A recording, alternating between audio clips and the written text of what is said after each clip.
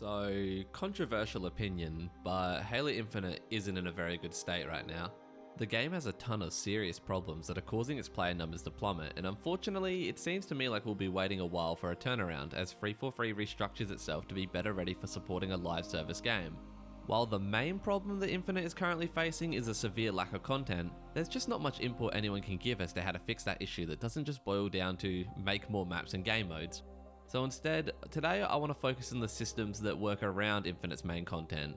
Stuff like its challenges, rankings, playlists, etc. And what better way to do that than with comparisons to a game that has mostly succeeded in these areas, the Master Chief Collection.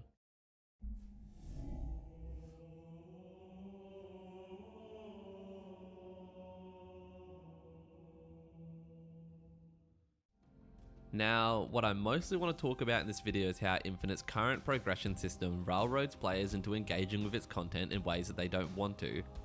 But before we can tackle Infinite's dreadful XP distribution, I think it's important to address the fact that there is currently no overarching career progression system separate from the battle passes. 343 have said this is coming in the future, but no clue when that could be, so until then I thought we could make our first comparison to MCC here, and take a look at how that game handles overarching progression.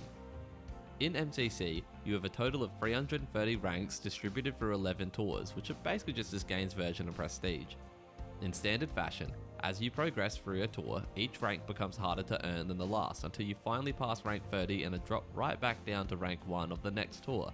Since you're rank 1 again, leveling up becomes easier, but there's a twist. The XP requirements for the same numbered ranks become harder as you progress to new tours.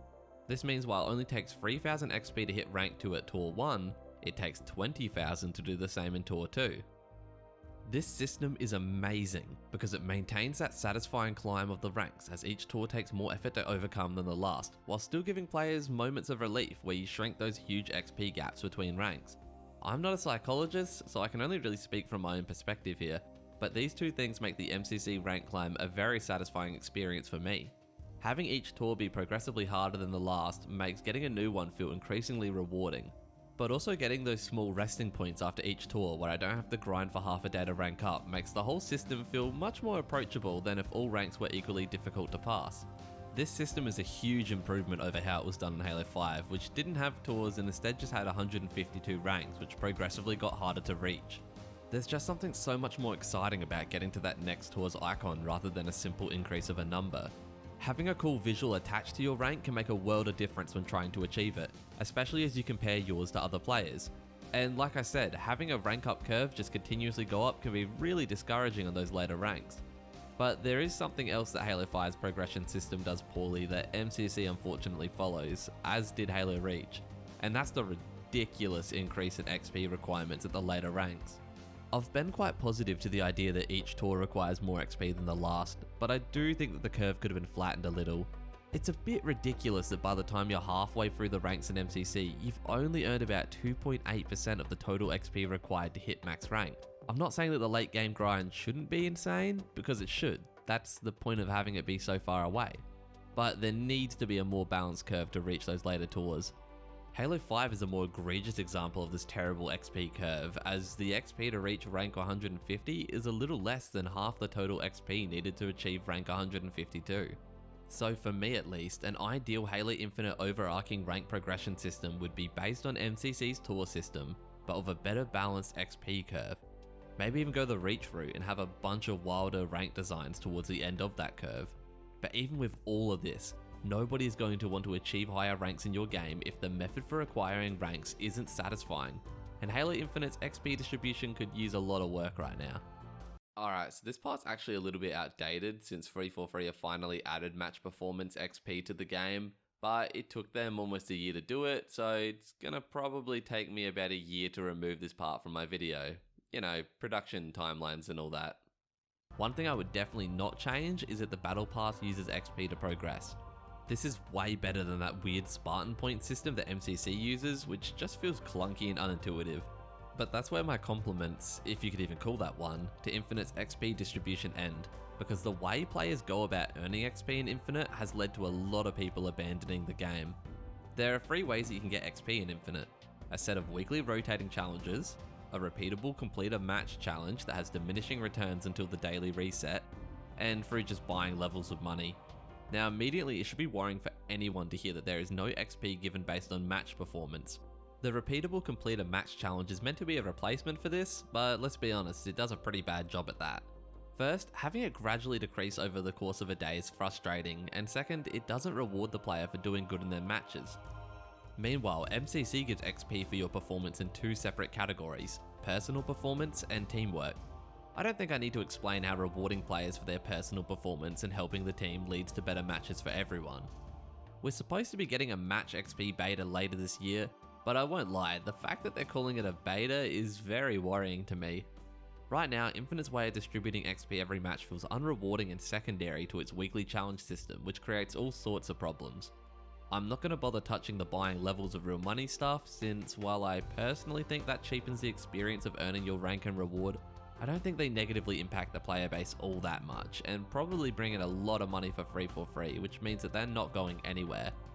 Instead, let's take a look at those weekly challenges and the problem that they're causing for the game. On paper, these challenges aren't that much different from the ones found in MCC, but there's some key differences which significantly alter how they affect the player experience. Firstly, and this is a big one, you can only have 4 challenges active at a time in Infinite, and that number's reduced to 3 if you don't have the premium battle pass. I cannot overstate how much I dislike this system. I know a lot of games do it, and I think it's dreadful in all of them. It's so frustrating having to micromanage your challenges to try and line up as many as possible to reduce your workload. And oftentimes, you'll accomplish a task that's needed for a challenge, but it wasn't currently active, so you have to redo it all over again once you finally do have that challenge. I remember one time, I had a challenge to win a stockpile match, which I had just beaten right before I got this, but then proceeded to play 15 games in a row without getting the game mode I needed. This was so frustrating and soured my thoughts on the game for a while after. I'll frequently have challenges on my weekly list that I don't mind going for, but just don't really feel like doing at the current moment. But if those challenges are the only active ones, I have no choice but to go for them if I want to earn a decent amount of XP. This can be enough to cause me to close the game, when if I could have just pursued those other challenges on my list, I would have been more than happy to come back to those more annoying ones later. Compare all this to MCC, where you get 13 weekly challenges for PvP and PvE respectively, alongside a set of monthly challenges, all of which are active the whole time you're playing. Such a small change can make a drastic difference in how railroaded players feel and how they can play the game. Having larger monthly challenges is a fantastic addition as well, as it gives you a more long-term goal to work towards that's often progressed as you do your weekly challenges. Free4Free did say that seasonal challenges are coming to Infinite at some point, so hopefully that kind of feels the same space as monthly challenges. Now, MCC doesn't do everything perfect here, as only some challenges give Spartan points which are needed to progress the battle pass.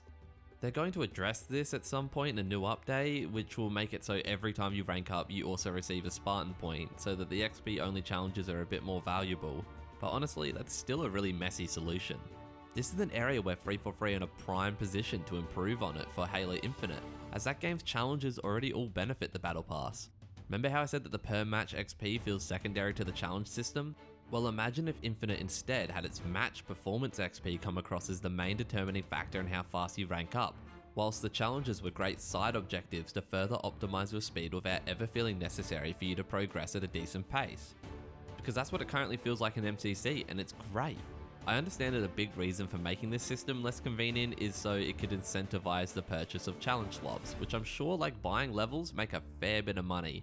But I think continuing to give an ultimate reward for completing all weekly challenges is a strong enough incentive for some players to still use challenge swaps to avoid those more annoying challenges. The challenge system is inherently meant to be difficult, but when it feels clunky and frustrating instead of rewarding, it just turns people away from the game. Something else from MCC that I'd love to see Infinite take for its challenge system is PvE challenges. This might be more effort than it's worth for Free4Free, but I really just enjoy loading up MCC some weeks and casually grinding the PvE challenges.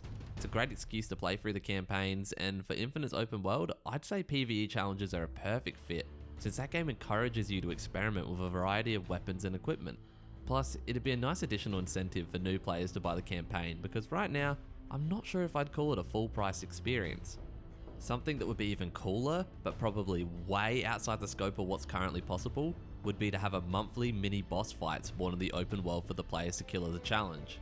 The system is already in place with the high value targets that currently exist in the campaign, and you don't need to create any new assets for it. Halo Infinite has a great sandbox for the developers to play around in, mixing and matching different enemies, weapons, and vehicles to make a fun bonus encounter. You could even create scenarios which limit the player's equipment, weapons, and vehicles to make these fights even more diverse. See how you handle a pair of hunters without explosives or a thruster pack. Again, probably wishful thinking, but it's fun to imagine. You know something else that's very similar to the challenge system that should be brought back? Commendations. Now, I'm kinda cheating here because these weren't in MCC, but I'd be remiss not to mention them since they're so cool. I already mentioned Halo 5 earlier, so let's use that game as an example. In Halo 5, there are 104 commendations making up 5 categories. These are enemy, weapon, vehicle, game mode, and multiplayer commendations. Think of these as stat trackers with 5 tiers each. So for instance, the Grunt Slayer commendation tracks how many grunts the player has killed. After a certain number of kills, the commendation would advance to the next tier, rewarding the player with some XP. These things were amazing because they accomplish the same idea as challenges, but on a much larger scale. For most players, every time they played a Halo game with this feature, they would be making some progress on at least a few commendations. For those who love to fill out stat charts and always be working towards something, commendations were a godsend.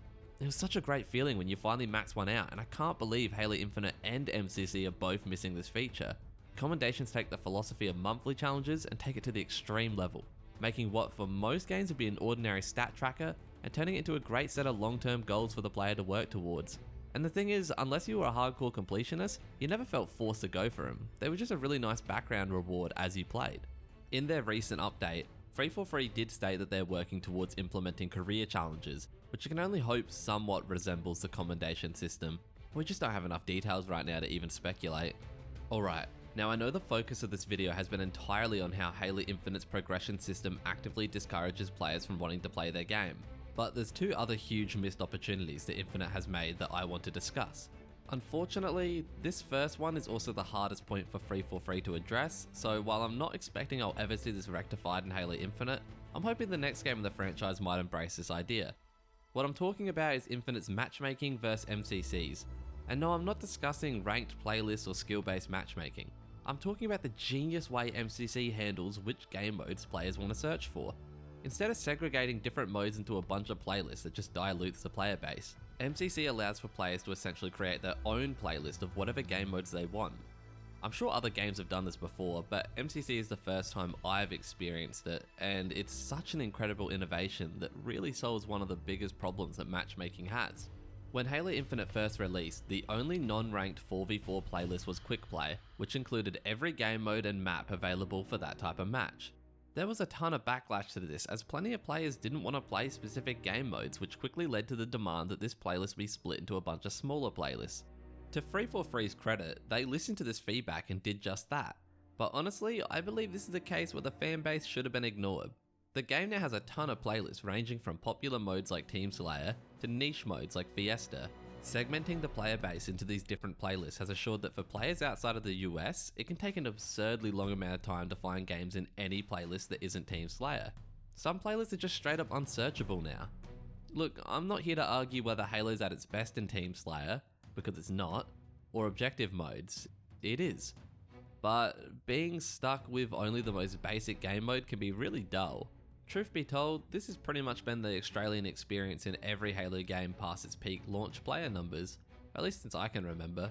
Because Slayer is the safe default playlist, everyone just gravitates towards it as they don't want to deal with the longer queue times for other playlists, which in turn further increases those queue times as less popular playlists lose more players.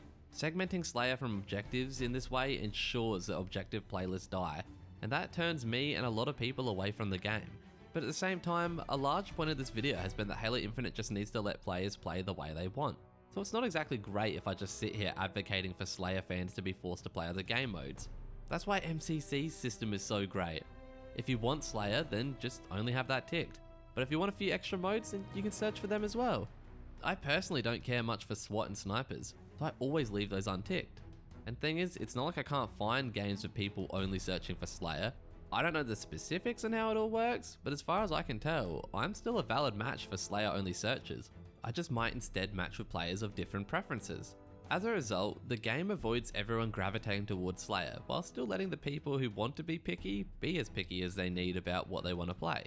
This system is so good for a game like Halo, which thrives from its variety of game modes, and it's especially great for non-US players who have historically had a lot of trouble when it comes to population numbers in Halo games. The only thing I could think to further improve this system would be potentially allowing players to select multiple match sizes for those who don't care if they end up in a 4v4 or a 12v12, but there may be some technical difficulties implementing something like that.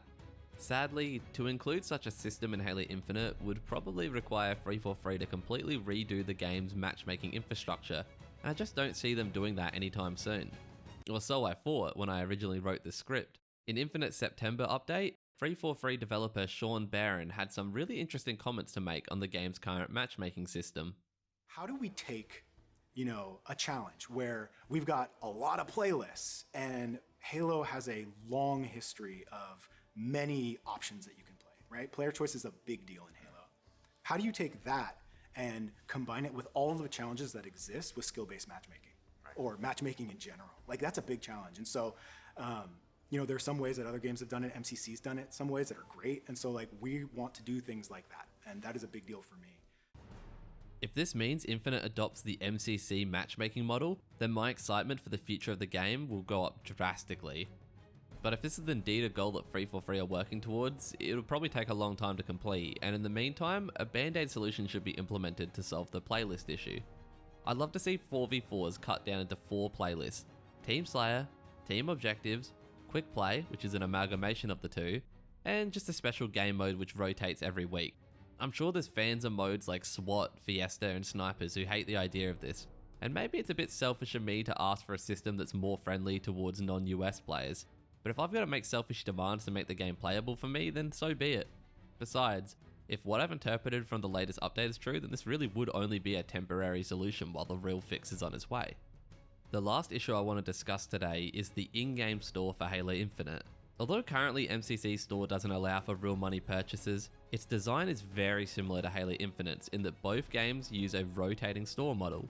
I want to avoid saying this was a mistake for Infinite to copy this type of model, because there's plenty of proof in various games that such a design could be very lucrative.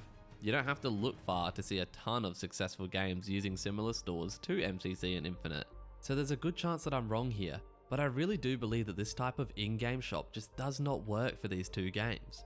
The goal of this model is pretty easy to understand. It's all based around the fear of missing out on an item since it can only be in the store for a week at a time. Say you saw a really cool set of armor show up one week, but you weren't quite sure if you really needed it or could afford the purchase. Knowing that once the timer drops down, the item disappears, potentially forever, might just be enough to push you over the edge to actually buy it. Or maybe you have a bit of extra currency left over in your account that you're saving for a specific item you know is eventually coming up in the store. In the weeks or possibly months that it takes for said item to appear, you're constantly being barraged by shiny new skins. You might break and spend your currency you were planning to save, forcing you to buy more if you still want that original item. So I get it. I see why so many games are adopting this model. There's teams of experts who analyze different store models for games, and this is clearly one that a lot are pointing towards as a major moneymaker. But there are some pretty clear problems with this model. For one, it's very unfriendly to players, and there's not a lot of reasons for the community to like it.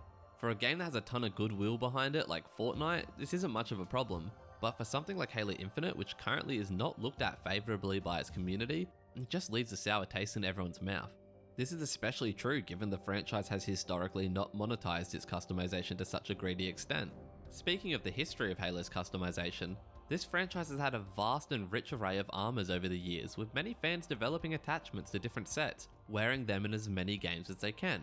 A lot of these players would be more than willing to spend their money to ensure their Spartan looks the same in Infinite as it did in other games, but if these staple cosmetics aren't immediately available to them, they might just not bother checking the store every week for the off chance they do show up. So then if 343 shouldn't have followed the MCC model, what game should they have looked towards for Infinite's in-game store? I can't believe I'm actually saying this, but I think League of Legends is a perfect example of how to do a store right. The League store has a ton of skins available for purchase at any given time, and most of these are staples which only really go away if vaulted, which is a fairly rare occurrence. That means that you can almost always just buy whatever you want when you want, without having to hope it just shows up in the store one week.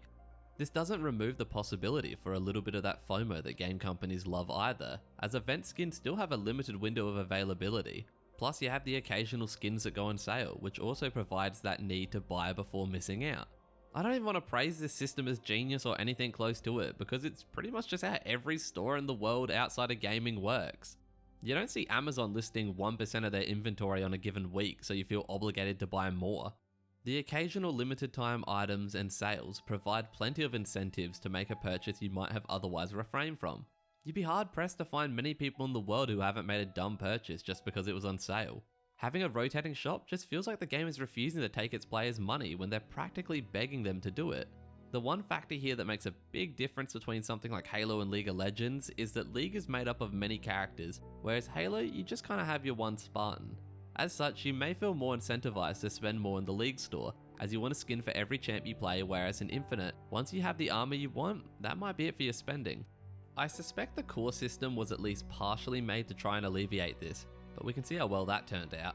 Still, Free for Free does not have the goodwill or the player base right now to be getting away with such an unfriendly store model, so I suggest that they quickly switch to a more League-oriented design if they plan to keep players spending. It seems that Free for Free has internally talked about most of what I've brought up in this video at some point, though honestly I'm not expecting anything to change anytime soon for Halo Infinite. Lack of content is by far the most important issue the game is facing, and these improvements to underlying systems of the multiplayer experience aren't enough to keep players coming back. Despite that, I think that when Halo Infinite inevitably does get more maps and game modes, as Free for Free get their production pipeline flowing, without these systemic changes to the multiplayer experience, I don't see the game hitting its potential like it did in its first month of release.